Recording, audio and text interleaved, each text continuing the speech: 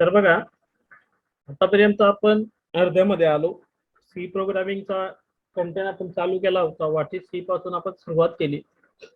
तर या 6 चॅप्टर्स मध्ये काही डाऊट बरं तुम्हाला कुठल्या पॉइंटला? नाही सर. संजना काय सर प्रॉब्लेम? डिले फंक्शन एकदा समजून ओके. सायली, संजना काय प्रॉब्लेम? नाही सर. समीर, कुठल्या टॉपिकला काही प्रॉब्लेम? सर लूपिंगचे एक्झाम्पल ते 5 4 3 2 1 5 4 3 ते वाला 1 to 5 divided by 5 to 1. ठीक आहे. ते 5 5 5 5 5 नंतर खाली 4 4 4 तसं वाला. हा.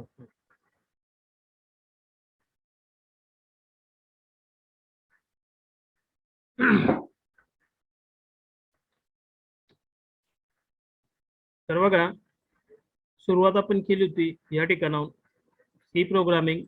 सी प्रोग्रामिंग काय आहे? तर सी प्रोग्रामिंग एक जनरल पर्पज प्रोग्रामिंग लँग्वेज आहे जी स्ट्रक्चरल टाईप मध्ये मोडते. सी लँग्वेजचा program top to bottom approach मध्ये वर्क करत असतो.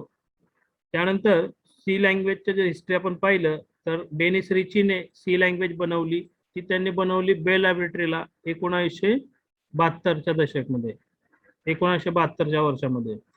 सी लँग्वेज एक मिडल लेवल लँग्वेज आहे, कारण सी लँग्वेज मध्ये आपण हाय लेवल लँग्वेज आणि लो लेवल लँग्वेज दोघांचे फीचर्स कंबाईन करून युटिलाइज करू शकतो, वापरू शकतो. म्हणून सी लँग्वेजला एक मिडल लेवल लँग्वेज म्हणतात. जे स्ट्रक्चर आहे ते 6 सेक्शन मध्ये डिवाइड असतं.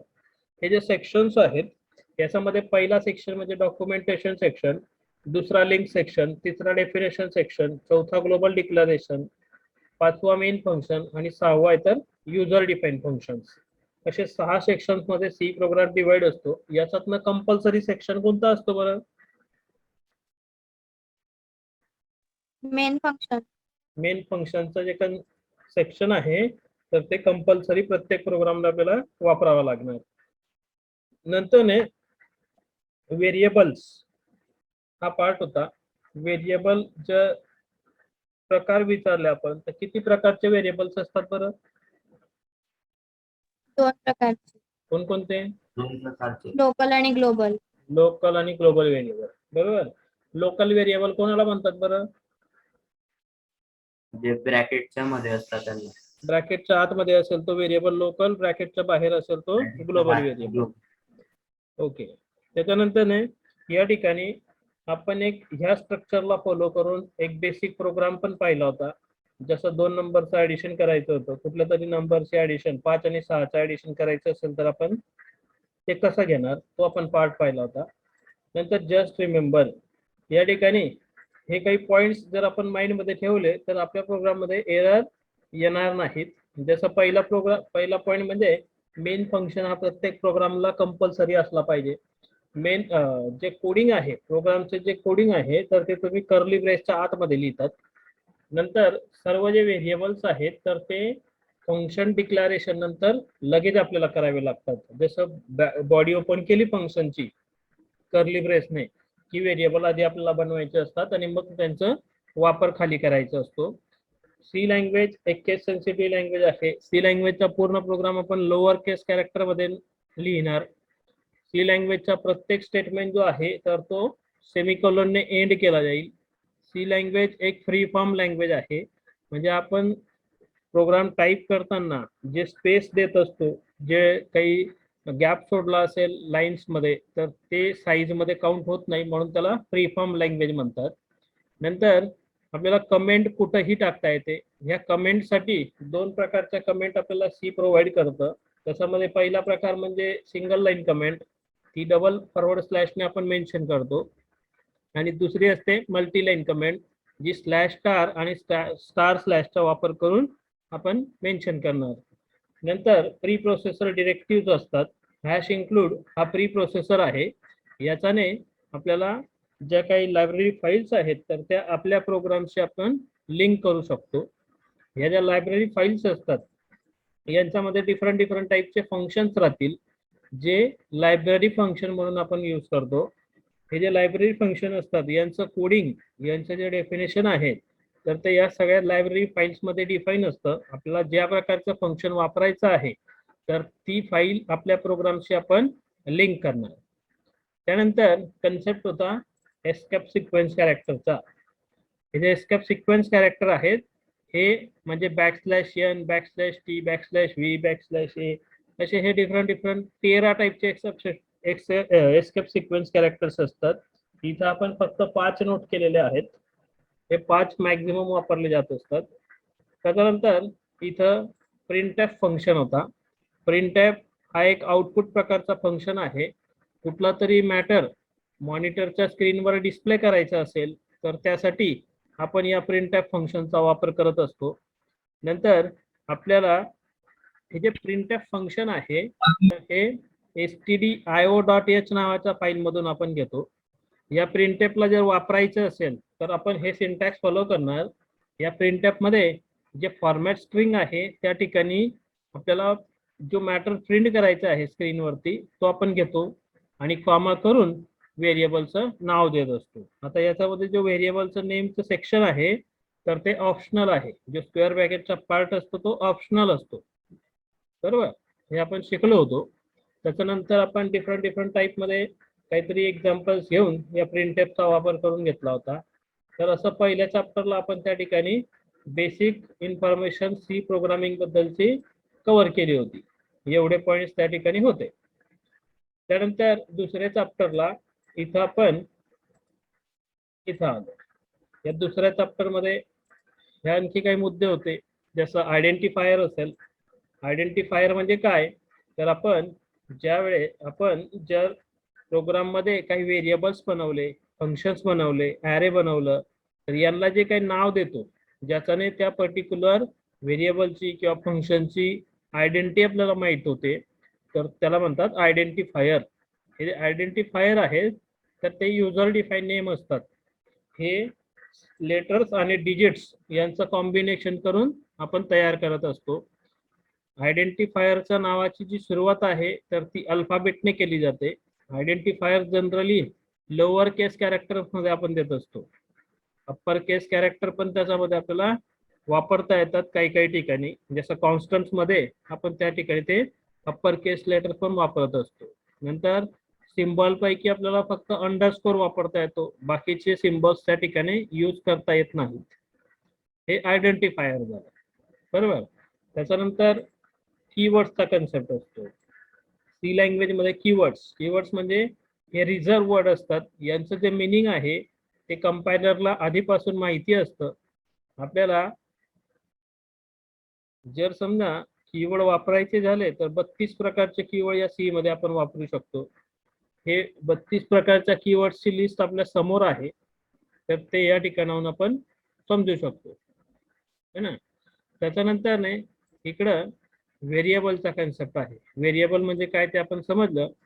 प्रोग्राम एक्झिक्यूट असताना टेम्पररी लोकेशनला जे आपण नाव देतो त्याला आपण म्हणतो व्हेरिएबल. हे व्हेरिएबल 2 असतात. एक लोकल असतो, दुसरा ग्लोबल असतो. हे आपण आता पण पाहिलं. बरोबर. नंतर हे जे व्हेरिएबल्स आपण बनवलेत तर त्या व्हेरिएबल्स मध्ये कोणत्या प्रकारची माहिती फिल करायची आहे ती माहिती फिल करण्यासाठी जे कीवर्ड्स आपण यूज करतो त्या कीवर्ड्सला म्हटलं जात असतं डेटा टाईप. तयार केल्या जाणाऱ्या व्हेरिएबल्स मध्ये कोणत्या प्रकारची माहिती भरायची आहे ते ठरवणारे जे कीवर्ड्स असतात तर त्यांना म्हटलं जात असतं डेटा टाईप्स.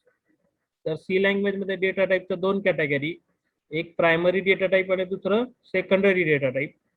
जे प्रायमरी डेटा टाईप आहेत त्याच्यामध्ये integer, float, character, long, double यांचा वापर केला जात असतो. आपल्याला जर इंटिजर प्रकारचा काही व्हेरिएबल वापरायचं असेल तर त्यावेळेस आपण इंटिजर डेटा टाईप वापरणार. त्याच्यासाठी फॉर्मॅट कॅरेक्टर %d असतो आणि त्याची ही रेंज असते. या रेंज मधला डेटा तुम्ही त्याच्यामध्ये यूज करू शकता. हे आपण ऑलरेडी त्या ठिकाणी पाहिलं होतं. बरोबर. त्याच्यानंतर ने डिराइव्ह डेटा टाईप असतात. याच्यामध्ये ॲरे असतो, स्ट्रक्चर असतं, युनियन असतं, पॉइंटर असतं. हे सेपरेट चॅप्टर मध्ये आता आपण पुढच्या सेशन पासून लक्षात घेणार आहोत सर्व काही. त्यानंतर इकडं आहे आपल्याला व्हेरिएबल डिक्लॅरेशन. आपण डेटा टाईप माहित केलं, व्हेरिएबल माहित केलं, त्याच्यानंतर आपण शिकलो होतो व्हेरिएबल डिक्लॅरेशन. व्हेरिएबल डिक्लॅरेशन म्हणजे काय, तर व्हेरिएबल तयार करण्याची पद्धत म्हणजे व्हेरिएबल डिक्लॅरेशन.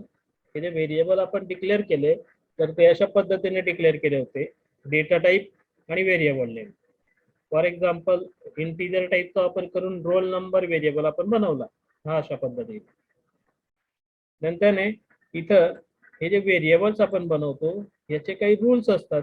जसं व्हेरिएबल बनवताना तो अल्फाबेट, डिजिट किंवा अंडरस्कोर यांचं कलेक्शन करून आपण बनवणार. त्याची लेंथ 8 कॅरेक्टर पेक्षा जास्त नको. व्हेरिएबलच्या नावामध्ये पहिलं जे कॅरेक्टर आहे तर ते अल्फाबेट राहील. नंतर व्हेरिएबलच्या नावामध्ये कॉमा किंवा ब्लँक स्पेस वगैरे दिले जात नाहीत. नंतर व्हेरिएबलचं नाव जे आहे तर ते एक रिझल्ट वर्ड जे असेल ते आपण घेऊ शकत नाही. म्हणजे व्हेरिएबलच्या नावामध्ये कीवर्डचं नाव नाही वापरता येत आपल्याला. असे काही रूल्स फॉलो करायचे असतात आणि व्हेरिएबल बनवले जात असतात. हा मुद्दा पण आपण पाहिला होता. त्याच्यानंतर या ठिकाणी व्हेरिएबल इनिशियलायझेशन. व्हेरिएबल इनिशियलायझेशन म्हणजे काय, तर तयार केलेल्या व्हेरिएबल मध्ये व्हॅल्यू भरणं म्हणजे व्हेरिएबल इनिशियलाइज करणं. यासाठी असाइनमेंट ऑपरेटर इक्वल टू चा वापर आपण करत असतो आणि त्या व्हेरिएबलला व्हॅल्यू असाइन करतो. त्याच्यानंतर हे इथे एक्झाम्पल आपण घेतलंय.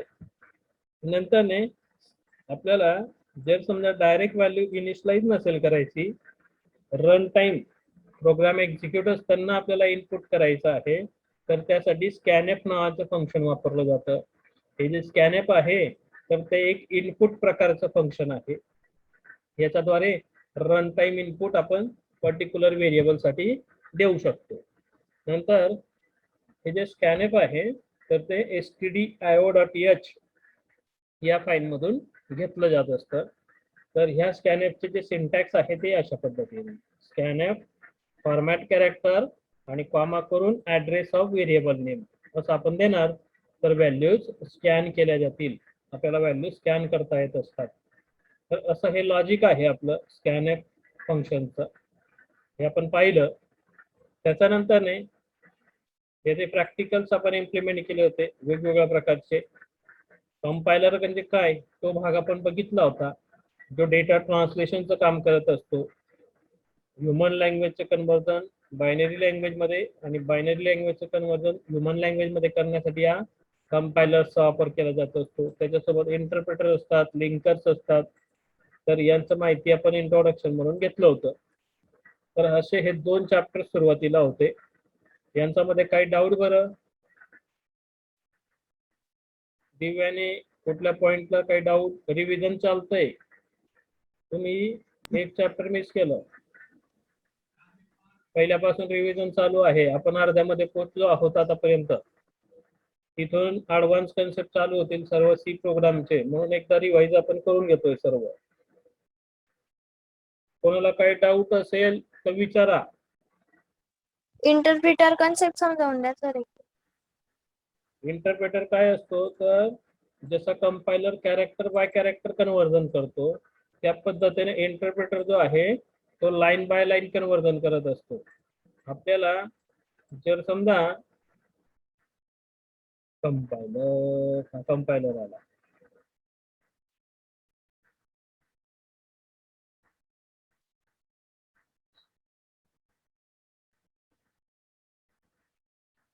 कंपायलर हा कॅरेक्टर बाय कॅरेक्टर जसा कन्व्हर्जन करतो हे आपण पाहिलं होतं. आस्की कॅरेक्टर काढतो आपण, जे लेटर दिलं समजा या ठिकाणी जे लेटर एंटर केलं आहे त्याच्यानुसार त्याचा आस्की कॅरेक्टर गेट केला जात असतो आणि मग त्याच्यावरून बायनरी कन्व्हर्जन होतं, परत बायनरीचं डेसिमल मध्ये कन्व्हर्जन होतं आणि मग तो डेटा प्रिंट केला जात असतो स्क्रीनवरती.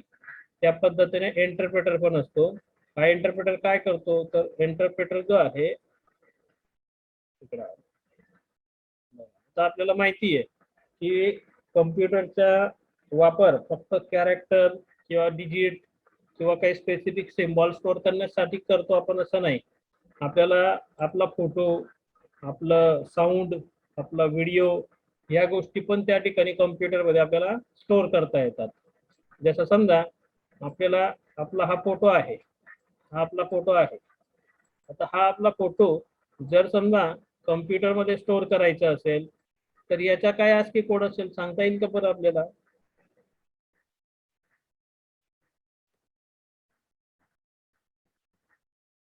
संजना, आपल्या फोटोचा ASCII कोड काही असेल का, सांगता येईल का? नाही माहिती सर.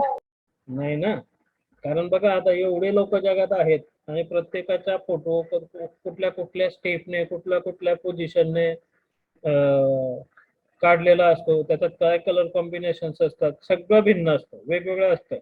नंतर राहिला साऊंड, प्रत्येकाचा आवाज वेगवेगळा असतो. व्हिडिओ, प्रत्येकाचा व्हिडिओ वेगवेगळा येईल. मग ह्या ठिकाणी याचं कन्व्हर्जन बायनरी मध्ये कसं होतं? ह्या सगळ्या ज्या गोष्टी आहेत तर ह्या बायनरी मध्ये केल्या जातात. साऊंड असेल तो पण बायनरी मध्ये होतो, व्हिडिओ असेल तो पण बायनरी मध्ये होतो, पिक्चर असेल तो पण बायनरी मध्ये होतो. मग हे कन्व्हर्जन कसं होतं? तर हे कन्व्हर्जन इंटरप्रेटरद्वारे केलं जात असतं. एक लिंकर कॅरेक्टर जो आहे तो कॅरेक्टर बाय कॅरेक्टर कन्व्हर्जन साठी आपण याचा वापर करतो, कंपायलरचा. आणि जर समजा आपल्याला असं लाईन बाय लाईन कन्व्हर्जन करून घ्यायचं असेल तर त्यासाठी इंटरप्रेटर वापरले जात असतात. आणि हे इंटरप्रेटर जे असतात ना तर ते असं जसं हे बघा या ठिकाणी ही फोटो इमेज झाली, फोटो कॉपी झाली, हे जो फोटो तयार केलेला असतो हा असा छोट्या छोट्या पॉइंट्स पासून तयार केलेला असतो. फोटो नेमका तुम्ही जर पाहिला एकदम जवळून किंवा मॉनिटर बघा किंवा मग तुमचं टीव्ही बघा, मोबाईल बघा, हे एकदम जवळून पाहिलं तर हे तुम्हाला असे स्पॉटच्या स्वरूपात दिसतील. या पॉटला काय म्हणतात बरं? हे छोट्या छोट्या पॉइंट्सला काय म्हणतात?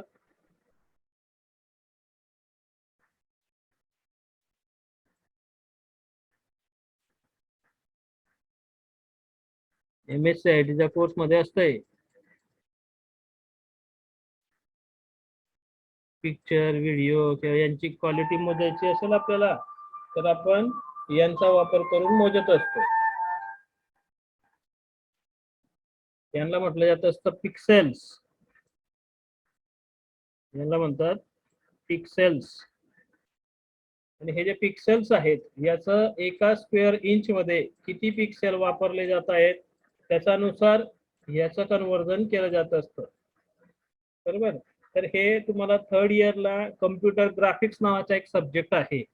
त्या कम्प्युटर ग्राफिक्सच्या सब्जेक्ट मध्ये हे जे सगळं कन्व्हर्जन आहे किंवा इंटरप्रेटरची जी माहिती आहे तर ती सगळी तुम्हाला शिकवली जात असते. बरोबर. आपल्याला शक्य होतं या ठिकाणी कंपायलर बद्दल लक्षात घेणं शॉर्टकट मध्ये अशी प्रोसेस करून तर ते आपण समजून घेतलं. आता या इंटरप्रेटरच्या वापरासाठी आपल्याला पूर्ण एक सब्जेक्ट असतो कम्प्युटर ग्राफिक्सचा, त्याच्यामध्ये तुम्हाला ते शिकायला मिळेल. फक्त एवढं लक्षात घ्यायचं की कंपायलर हा लाईन बाय लाईन कन्व्हर्जन करतो आणि हा जो इंटरप्रेटर आहे तर तो कंपायलर हा कॅरेक्टर बाय कॅरेक्टर कन्व्हर्जन करतो आणि इंटरप्रेटर जो आहे तो लाईन बाय लाईन कन्व्हर्जन करत असतो डेटाचं. एवढा मुद्दा फक्त आपण लक्षात घेऊ शकणार या ठिकाणी. समजलं? हो हो सर. सर. ओके. तर हे एवढे मुद्दे होते. आणखी काही डाऊट बरं कोणाला? दिव्याने काही प्रॉब्लेम? अरे लिंकरच्या इकडे लिंकरच्या शेवटी बघू आपण, डायग्राम द्वारे ते पाहणार आपण. लिंकर काय असतो? एक मिनिट, हा मागच्या प्रोग्रामला एक मुद्दा दाखवला आहे. हे बघा या ठिकाणी how to work, C program कशा पद्धतीने एक्झिक्यूट केला जात असतो तर आपण .c या एक्सटेन्शनने सी चा प्रोग्राम आपण बनवतो. प्रोग्राम फाईलला समजा आपण नाव दिलं myname.c. आता याच्यात काय होतं? कंपायलर एक्झिक्युशन कसं होतं याचं बघा. या ठिकाणी compiler, a compiler is a special tool that compile the program and convert it into object file which is machine readable. आपण जो इंग्लिश मध्ये लिहिलेला कोड असतो तो कंपायलरच्या मदतीने ऑब्जेक्ट फाईल मध्ये, ऑब्जेक्ट फॉर्मॅट मध्ये त्या ठिकाणी कन्वर्ट केला जात असतो. मग त्या ठिकाणी आपण जी .c एक्सटेन्शनची फाईल बनवलेली असते तर त्याच्यापासून त्याच नावाची .obj एक्सटेन्शनची फाईल होते तयार. कंपाइलिंग अ सोर्स कोड या पद्धतीने. After the compilation process, the linker will combine different object files and create a single executable file to run the program. मग या ठिकाणी काय होतं, कंपायलर द्वारे या ऑब्जेक्ट फाईल मध्ये कन्व्हर्जन झालं की लिंकर हा त्या डिफरंट लायब्ररी फाईल्स, त्या डिफरंट ऑब्जेक्ट फाईल्सला कंबाईन करतो आणि मग त्याच्यापासून या ठिकाणी एक्झिक्युटेबल फाईल तयार केली जात असते, ज्याचं एक्सटेन्शन .exe असं असतं.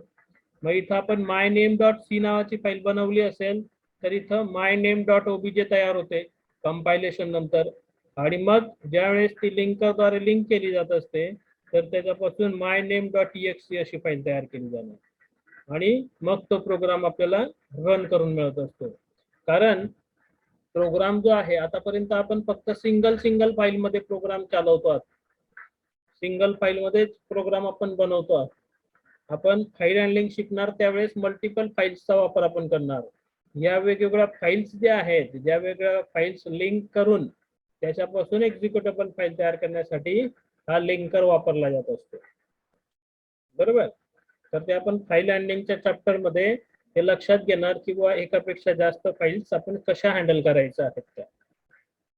एवढं क्लिअर. त्या 2 लाईन लक्षात घ्या. कंपायलर काय करतो तर ह्युमन लँग्वेजचे कन्व्हर्जन ऑब्जेक्ट फॉर्मॅटमध्ये, मशीन कोड फॉर्मॅटमध्ये कन्वर्ट करून देईल आणि हा जो लिंकर आहे तो ह्या सगळ्या ऑब्जेक्ट फाईलला जमा करेल आणि त्यांचा एकत्र करून एक एक्झिक्युटेबल फाईल तयार करून देणार. या 2 महत्वाच्या लाईन आहेत या ठिकाणी. बरोबर. शॉर्टकट मध्ये सगळं नोट करून दिलेलं आहे तिथं. आणि मेन म्हणजे तर या फिगर वरून आपल्याला आयडिया येऊन जाते की बा तो कशा पद्धतीने एक्झिक्यूट केला जातो. क्लिअर एवढं दिव्यानी? हो सर. ओके.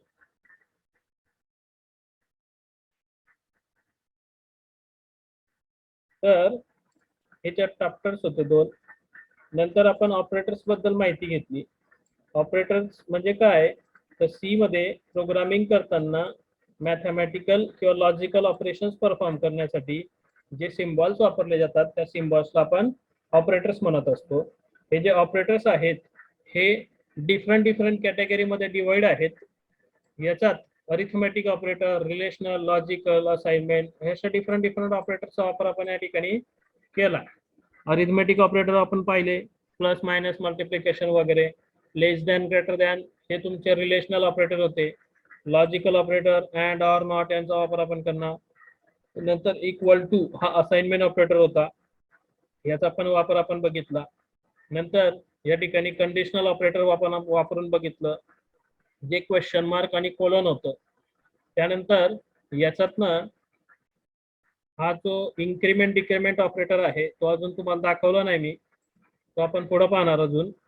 त्यानंतर इथं बीट वाईज ऑपरेटर, मेमरीमध्ये बीटचे पोझिशन वगैरे शिफ्ट करायचं असेल तर त्यावेळेस याचा वापर करतात. यापैकी आपण हा ऑपरेटर वापरला आतापर्यंत, अँड ऑपरेटर स्कॅनएफ स्टेटमेंटचा वापर करताना. आणि स्पेशल ऑपरेटर्स मध्ये आणखी काही ऑपरेटर्स असतात ज्याच्यामध्ये अँड असेल, स्टार असेल, डॉट असेल, ॲरो असेल. हे ऑपरेटर्स आपल्याला पुढे येतील अजून. बरोबर. तर असे हे वेगवेगळ्या कॅटेगरीमध्ये ऑपरेटर्स डिवाइड असतात. यांचा पण वापर आपण करून या ठिकाणी प्रोग्रामिंग करत असतो. बाकीचे ऑपरेटर्स आपण पाहिले, काही थोडे ऑपरेटर आहेत ते पण पुढच्या प्रोग्राम मध्ये आपल्याला क्लिअर होतील. नंतरने आपण डिसिजन कंट्रोल स्टेटमेंटचं चॅप्टर चालू केलं होतं. या डिसिजन कंट्रोल स्ट्रक्चर मध्ये आपल्याला डिसिजन घेऊन जे स्टेटमेंट्स फॉलो केले जात असतात ते म्हणजे डिसिजन कंट्रोल स्ट्रक्चर. त्याच्यामध्ये आपल्याला मेन म्हणजे इफ आणि दुसरा म्हणजे स्विच असे 2 डिसिजन कंट्रोलचे स्टेटमेंट्स होते. इफ सोबत आपण एल्स वापरत असतो आणि स्विच सोबत आपण केस वापरत असतो, म्हणून त्याला इफ एल्स आणि स्विच केस असं आपण म्हणणार. या ठिकाणी हे जे इफ एल्स आहे तर ते आपण वेगवेगळ्या 3 फॉर्मॅटमध्ये बघितलं होतं. त्याच्यात सिंपल इफ एल्स, दुसरा नेस्टेड इफ एल्स आणि तिसरा आहे तर मल्टिपल इफ एल्स. या 3 फॉर्मॅट्सला आपण लक्षात घेतलं. फक्त एकच कंडिशन घेऊन आपण जर त्या इफला कन्स्ट्रक्ट केलं तर त्याला म्हटलं जात असतं सिंपल इफ एल्स. मग त्याच्यामध्ये कंडिशन एकच राहील. ही कंडिशन ट्रू असेल तर ही इफची बॉडी एक्झिक्यूट होते आणि कंडिशन फॉल्स असेल तर एल्सची बॉडी एक्झिक्यूट केली जात असते. हे म्हणजे सिंपल इफ एल्स. बरोबर. त्याच्यातनं हा जो एल्स पार्ट असतो तो ऑप्शनल असतो. आपल्याला कंडिशन ट्रू असताना करायचं आहे काहीतरी तर ते तुम्ही इथं द्या. कंडिशन फॉल्स असताना काहीच नको व्हायला तर मग तुम्ही एल्सचा पार्टच लिहित नाही, तर तो सिंपल इफ एल्स झाला. नंतर इकडे तुम्ही नेस्टेड इफ एल्स पाहिला. नेस्टेड इफ एल्स म्हणजे काय, तर इफ मध्ये इफ आला, हा इफ मध्ये इफ आला किंवा मग एल्स मध्ये इफ आला तर त्याला म्हणायचं असतं नेस्टेड इफ एल्स. त्याच्याने प्रोग्रामिंग थोडं क्रिटिकल होतं, पण काही काही मुद्दे असे असतात की त्या ठिकाणी नेस्टेडच वापरावं लागतं. जर नेस्टेड प्रोग्रामिंग क्रिटिकल वाटत असेल आणि जर पॉसिबल असेल आपल्याला आउटपुट काढणं तर त्याला पर्याय दिलेला आहे तो म्हणजे multiple if with logical operator. जे मल्टिपल इफ आहेत तर ते अशा पद्धतीने आपण यूज केले. एका इफ सोबत लॉजिकल ऑपरेटरचा वापर करून मल्टिपल कंडिशन आपल्याला देता येऊ शकतात, ते आपण दिल्यात. त्याच्यानंतर इकडं हे if condition 1 logical operator condition 2, if condition 1 logical operator condition 2, म्हणजे प्रत्येकासाठी इफचाच वापर केला, एल्सचा वापरच नाही केला, तर त्याला म्हणणार आपण multiple if with logical operators. याच्याने काय होतं, प्रोग्रामची साईज कमीत कमी आपल्याला ठेवता येत असते. बरोबर.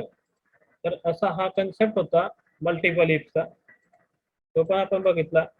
त्यानंतर आपण कंडिशनल ऑपरेटर्स पाहिले होते. कंडिशनल ऑपरेटर हे दोन असतात, एक असतो क्वेश्चन मार्क आणि दुसरा असतो कोलन. क्वेश्चन मार्क हा इफचं काम करतो, कोलन हा एल्सचं काम करत असतो. याचा वापर आपण करून घेतला. त्यानंतर इकडं स्विच केस याचा वापर आपण केला. जर मेन्यू ड्रायव्हन प्रोग्रामिंग करायचं असेल तर मेन्यू ड्रायव्हन प्रोग्रामिंग करण्यासाठी हे स्विच केस वापरलं जात असतं. मेन्यू ड्रायव्हन प्रोग्रामिंग म्हणजे काय, तर एक लिस्ट दिलेली राहील, त्या लिस्ट मधून, त्या दिलेल्या लिस्ट मधून आपण जसं ऑप्शन चॉईस करू त्यानुसार ऑपरेशन परफॉर्म होत असेल तर त्याला म्हणायचं असतं मेन्यू ड्रायव्हन प्रोग्रामिंग. तर याच्यामध्ये डिफरंट केस आपण नोट केल्या होत्या स्विच मध्ये, आणि जर त्या सगळ्या केस फॉलो नाही झाल्या, मॅच नाही झाल्या, तर मग आपण डिफॉल्टची केस खाली मेन्शन केली होती. म्हणजे जसा इफ सोबत एल्स असतो तसा स्विच केस मध्ये हा डिफॉल्ट असतो. तर याचे पण काही प्रोग्राम्स आपण बनवले होते. असं हे डिसिजन कंट्रोल स्ट्रक्चरचं चॅप्टर होतं. काही शंका बरं याच्यामध्ये if else switch case conditional operator या 3 पॉइंट्स मध्ये? नाही सर. नाही सर. त्याच्यानंतर आपण आता जे चॅप्टर एंड केलं तर ते म्हणजे लूपिंग आणि जम्पिंग स्टेटमेंटचं चॅप्टर. लूपिंग म्हणजे काय, तर लूपिंग म्हणजे आपण बघितलं की एकच स्टेटमेंट पुन्हा पुन्हा फॉलो करायचं असेल तर आपण लूपिंग या कन्सेप्टचा वापर करतो. लूपिंगलाच इटिरेशन किंवा रिपिटेशन असंही म्हणत असतो आपण. हे जे लूपिंग आहे या लूपिंगचे वेगवेगळे 4 प्रकार असतात. त्याच्यातनं व्हाईल लूप पाहिला, डू व्हाईल पाहिला, फॉर लूप पाहिला. हे 3 लूप आपण या ठिकाणी बघितले. हे तिघ लूप जे आहेत ते कंडिशनल लूप आहे. चौथा एक लूप आहे अनकंडिशनल लूप, तर तो पण वापरायला सोपा आहे, तो पण पुढे येईल आपल्याला. एक एक्झाम्पल आहे त्याचं पण आपल्याला टाकलेलं. हा मॅक्झिमम कोणी वापरत नाही कारण याला कंडिशन देण्यासाठी एक्स्ट्रा इफ स्टेटमेंट वापरावं लागतं, जे आपण इथंच साध्य करून घेतो. व्हाईल डू व्हाईलचा मध्ये डायरेक्ट कंडिशन देता येते, पण आपल्याला एक्स्ट्रा इफ वापरावा लागतो. म्हणून हा व्हाईल 1 लूप क्वचितच वापरला जातो, कोणी वापरत नाही सहसा. बाकीच्या बुक्स मध्ये तर फक्त 3च लूप दाखवलेले असतात, हा लूपच दाखवलेला नसतो. बरोबर. पण त्याचं पण एक एक्झाम्पल पुढे आपल्याला टाकलेलं आहे, त्यावेळेस आपण ते समजणार. त्याच्यानंतर इकडं व्हाईल लूप जो प्री टेस्टेड लूप आहे, याच्यामध्ये आधी स्टेटमेंटचा ब्लॉक एक्झिक्यूट नाही होत, आधी कंडिशन टेस्ट होते. कंडिशन बरोबर असेल तरच स्टेटमेंटचा ब्लॉक एक्झिक्यूट केला जात असतो, म्हणून याला प्री टेस्टेड लूप म्हणतात. दुसरा जो लूप होता तर तो आपण पाहिला होता डू व्हाईल लूप. हा पोस्ट टेस्टेड लूप आहे, म्हणजे याच्यामध्ये आधी स्टेटमेंटचा ब्लॉक रन होतो, नंतर कंडिशन टेस्ट होते, म्हणून त्याला पोस्ट टेस्टेड लूप असं म्हणतात. आणि तिसरा जो लूप होता तो म्हणजे फॉर लूप, तर हा प्री टेस्टेड लूप आहे. याच्यामध्ये पण आधी कंडिशन टेस्ट केली जाते, ती बरोबर असेल तरच ब्लॉक ऑफ कोड एक्झिक्यूट केला जात असतो. असे हे 3 प्रकारचे लूप आपण समजले. हे 3 प्रकारचे लूप वापरत असताना आपल्याला त्याच्यामध्ये काही आणखी एक्स्ट्राच्या कन्सेप्ट यूज करता येतात. जसं इन्फिनिट लूप आहे, हा नजर चुकीने आपल्याला येत असतो. आपली लॉजिकल कंडिशन चूक झाली, रॉंग झाली, लूप स्टार्ट झाला एकदा का की तो थांबतच नसेल, तो कंटिन्यू चालतच असेल, तर त्याला म्हटलं जात असतं इन्फिनिट लूप. ज्या लूपला एंड नसतो तो म्हणजे इन्फिनिट लूप. हा आपण पाहिला. त्याच्यानंतर नेस्टेड लूप. नेस्टेड लूप म्हणजे काय? लूप मध्ये लूप आला तर त्याला म्हणायचं असतं नेस्टेड लूप, बरोबर. आणि मग हे नेस्टिंग करताना व्हाईल मध्ये व्हाईल वापरा, व्हाईल मध्ये डू व्हाईल वापरा, डू व्हाईल मध्ये व्हाईल वापरा, फॉर मध्ये व्हाईल वापरा, व्हाईल मध्ये फॉर वापरा. उलट सुलट कसंही घ्या. एका लूप मध्ये दुसरा लूप वापरला तर त्याला सरळ म्हणायचं असतं नेस्टेड लूप. याचे पण प्रोग्राम आपण समजले. याचा अजून वापर आपल्याला पुढे मॅट्रिक्स कॅल्क्युलेशन करण्यासाठी केला जाणार आहे. नंतर जम्पिंग स्टेटमेंट आपण पाहिले. हे जे जम्पिंग स्टेटमेंट्स होते हे एका लोकेशन वरून प्रोग्राम एक्झिक्यूट असताना एका लोकेशन वरून दुसऱ्या लोकेशनला कंट्रोल ट्रान्सफर करण्यासाठी आपण हे जम्पिंग स्टेटमेंट वापरत असतो. त्याच्यामध्ये ब्रेक, कंटिन्यू, गो टू आणि रिटर्न असे 4 जम्पिंग स्टेटमेंट्स असतात. आपल्याला लूप फिरताना ब्लॉकच्या शेवटी कंट्रोल ट्रान्सफर करायचा आहे तर त्यावेळेस आपण या ब्रेकचा वापर करणार. लूप फिरताना त्या ब्लॉकच्या सुरुवातीला कंट्रोल ट्रान्सफर करायचा आहे तर आपण कंटिन्यू स्टेटमेंटचा वापर करतो. आणि लूप फिरताना किंवा प्रोग्राम मध्ये आपल्याला पाहिजे त्या लोकेशनला स्पेसिफिक कंडिशनवर डिपेंड राहून ट्रान्सफर करायचं असेल प्रोग्रामचा फ्लो तर त्यावेळेस आपण गो टू स्टेटमेंटचा वापर करतो. असे हे 3 जम्पिंग स्टेटमेंट आपण या चॅप्टर मध्ये कव्हर केले होते. चौथा जो जम्पिंग स्टेटमेंट होता रिटर्नचा, तर तो आपण फंक्शनच्या चॅप्टर मध्ये शिकणार आहोत. तर असं हे चॅप्टर आपण कव्हर केलं होतं. आता याच्यातला काही 1-2 प्रोग्राम तुम्ही सांगतायत तो आपण इथं घेणार आणि मग त्या ठिकाणी या रिव्हिजनला आपण एंड करणार. मग सर हा सर एकदा ते कंटिन्यूचं एक एक्झाम्पल दाखवता ना. कंटिन्यू हा कंटिन्यू एक्झाम्पल मध्ये पाहिजे.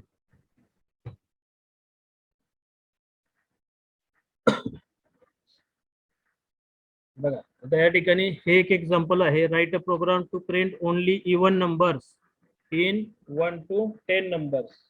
1 ते 10 नंबर मधून आपल्याला फक्त इवन नंबर प्रिंट करायचे आहेत. मग याला कंटिन्यू वापरून करायचं आहे समजा. तर इकडे आलो आपण आपल्या कंपायलरला आलो.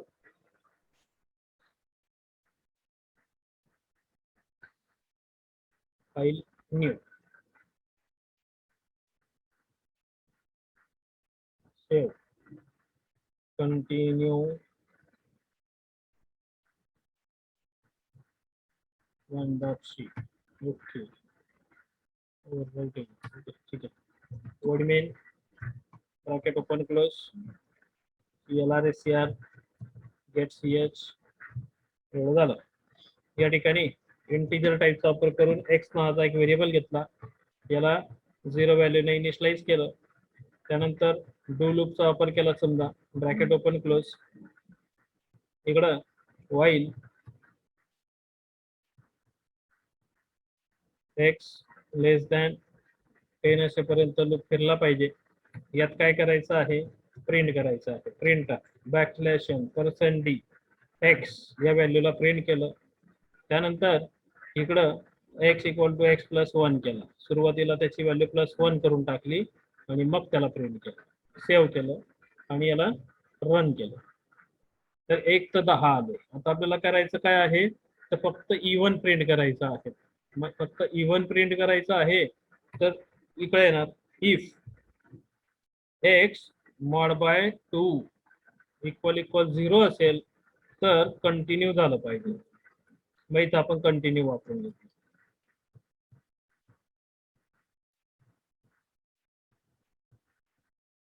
कंटिन्यू सेव्ह आणि रन. फक्त इव्हन प्रिंट करायचे ना आपल्याला, ऑड नाही प्रिंट करायचे. x mod by 2 = 1 असेल तर मग त्याने कंटिन्यू केलं पाहिजे, म्हणजे लूपच्या सुरुवातीला निघून जाईल. रन केलं हे बघा. फक्त इव्हन नंबर्स त्या ठिकाणी प्रिंट करून मिळाले. बरोबर. फक्त काय करायचं आहे, जो लूप फिरतोय ना तिथे एक स्पेसिफिक कंडिशन टाकायची आपल्याला पाहिजे असलेली आणि मग या पद्धतीने कंटिन्यू टाकून द्यायचं. ठीक आहे, समजलं? हम्म. हो सर. अजून काही डाऊट बरं? सर हा, एक वेळेस ना स्विच केसच्या समजावून द्या.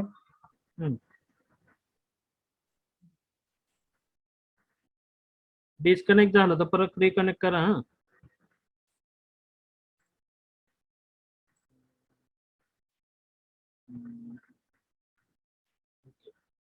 इथं न्यू, इथं माय मेन्यू असा एक प्रोग्राम आपण घेतला. .c आपल्याला जर 1 एंटर केला, 1 डिजिट एंटर केला तर त्याने 1 ONE असं दाखवलं पाहिजे आणि 2 एंटर केला, 2 असं एंटर केलं तर TWO 2 असं दाखवलं पाहिजे. असा साधा एक प्रोग्राम घ्यायचा आहे. मग करणार काय, तर void main bracket open close then CLR SC. तर मेनू ड्रायव्हर प्रोग्रामिंग आपण तयार करत आहोत.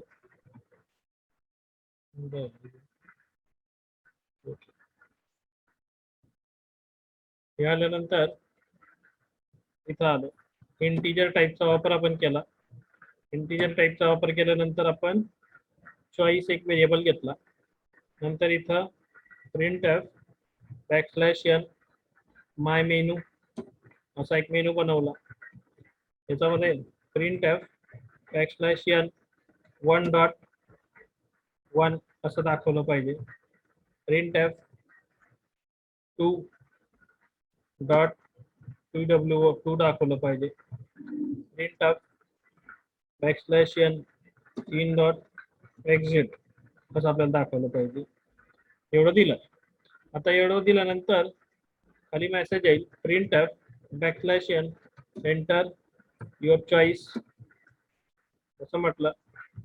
मग त्या चॉईसची व्हॅल्यू स्कॅन करायची आहे तर scanf %d address of choice. आता तो इंटिजर व्हेरिएबल घेतला असल्यामुळे आपण त्याला scanf ने स्कॅन केलं. आपण ज्यावेळेस शिकलो होतो त्यावेळेस कॅरेक्टर चॉईस करत होतो म्हणून आपल्याला त्याला गेट ch ने चॉईस करावा लागला होता. तसंही करू शकतात किंवा डिजिटने चॉईस असेल तर असं करा. स्विचला चॉईस हा व्हेरिएबल पास केला, ब्रॅकेट ओपन क्लोज. एवढं झाल्यानंतर केस 1 असेल डायरेक्ट, डिजिट असेल तर डायरेक्ट या ठिकाणी केस द्यायची आहे.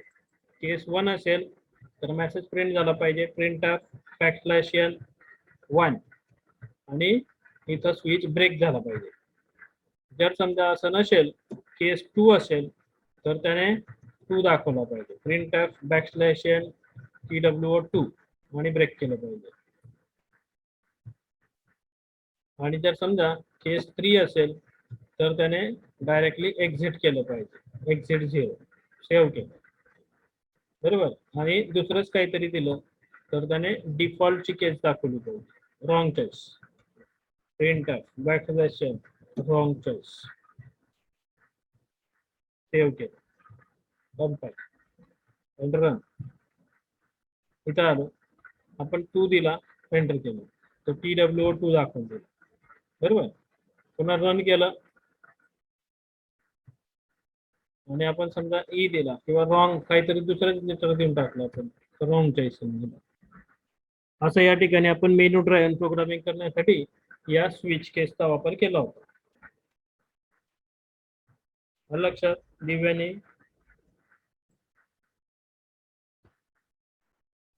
हो सर. अजून काय प्रॉब्लेम म्हणले होते बरं तुम्ही?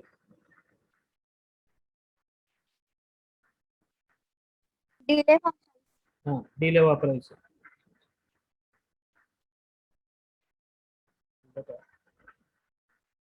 हा जो आपण कंटिन्यूचा प्रोग्राम घेतला आहे, या कंटिन्यूचा प्रोग्राम मध्येच आपण डिलेला वापरून घेऊ शकतो. लूप फिरताना आपण डिले वापरायचा आहे. जर समजा इथं प्रोग्राम रन केला की त्याने स्पेसिफिक टाइमानंतर ते वर्क केलं पाहिजे, तर इथं ब्रॅकेटमध्ये डिले टाकून दिला. 1000 टाकला डिले मध्ये व्हॅल्यू, तर 1 सेकंद नंतर तो इफेक्ट आपल्याला एक दाखवला जात असतो. म्हणजे 1 सेकंदाच्या गॅप नंतर इथं प्रोसेस होणार आहे, प्रत्येक स्टेप फॉलो केली जाणार आहे. जर इथं अर्धा सेकंद करायचं असेल तर 1000च्या ठिकाणी 500 द्यायचं. आपण 1 सेकंद दिला आणि रन केलं समजा.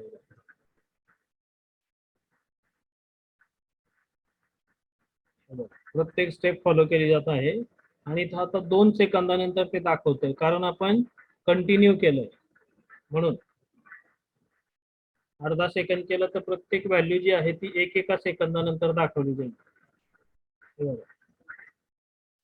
बघा. असं म्हणजे कसं डिले नाही वापरला तर डायरेक्ट आउटपुट देऊन टाकतं आपल्याला ते.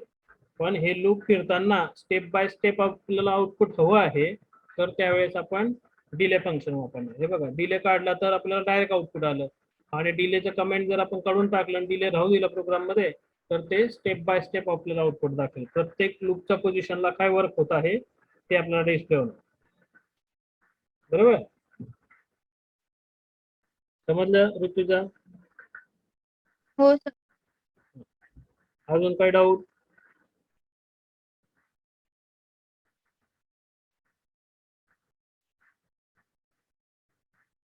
संजना, तुम्हाला काय प्रॉब्लेम बरं? नाही सर, समजलं. हॅलो समीर, काय डाऊट बरं अजून? नाही सर, बस. ओके, तर बघा इथपर्यंत आपण अर्ध्यामध्ये आलो आहोत. हे सगळे बेसिक कन्सेप्ट होते. आता हे कन्सेप्ट आपल्याला सोडून पुढे जायचं असं नाही. हे सर्वच्या सर्व कन्सेप्ट आपल्याला या ॲडव्हान्स स्टेप मध्ये वापरायचे आहेत. तुम्हाला ॲरे शिकायचा आहे तर विदाऊट लूप तुम्ही ॲरे वापरू नाही शकणार.